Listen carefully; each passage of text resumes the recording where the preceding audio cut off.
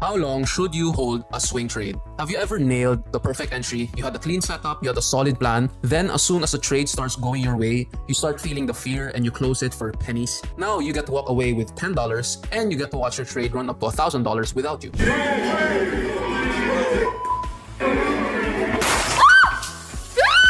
Now, if that's ever happened to you, and let's be honest, it probably has, stick around because in this video, I'll show you how you can fix that. Now, here's the truth. The right time to exit the trade is when the trend structure breaks. Not when you're bored, not because there's one red candle. When trend support fails, that's when you want to get out of the trade. If you can follow that one rule, you hold your trades longer, make more money, and save yourself from panic selling every signal. Now, the question is, how can you track a trend? For an example, if you want to look for an uptrend, you want to search for a series of higher highs and higher lows, something like this. The problem with this is, usually when you spot trend or price action like this, price would have gotten sideways already and you don't really know where to enter. Here's the important part. How can you tell if a trend has broken down? Now, there are many strategies you can find on the internet, for example, like smart money concepts. What you want to do is you want to look for a change of character or chalk on the price. Now, that means when price usually breaks down its previous low is when you want to exit. But look here, it does not work with trend trading. Now, for example, here we see a nice uptrend, price breaks down its previous low here, but then the price continues moving its way up. Here's another example, price breaks down its previous low here, starts using it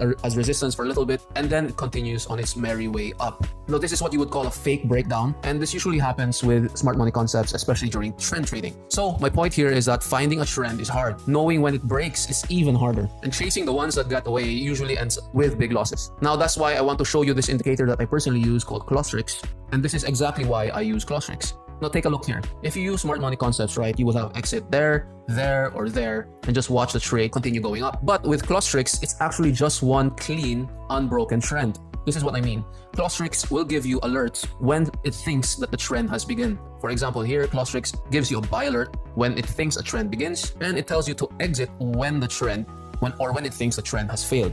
In this case, this was a good exit call because the price action actually goes into months of sideways price action. So as you can see, ClostriX gives you clear signals when it thinks a trend starts and when it thinks it ends. In this case, you will have caught this move perfectly. You have bought at the beginning of the trend here, and then you will have exit way up here for a nice clean 250% profits before price actually goes sideways. So there's no more guessing on your part. You just have to follow the system. As long as ClostriX does not tell you to exit, you just sit back, relax, and ride the trend.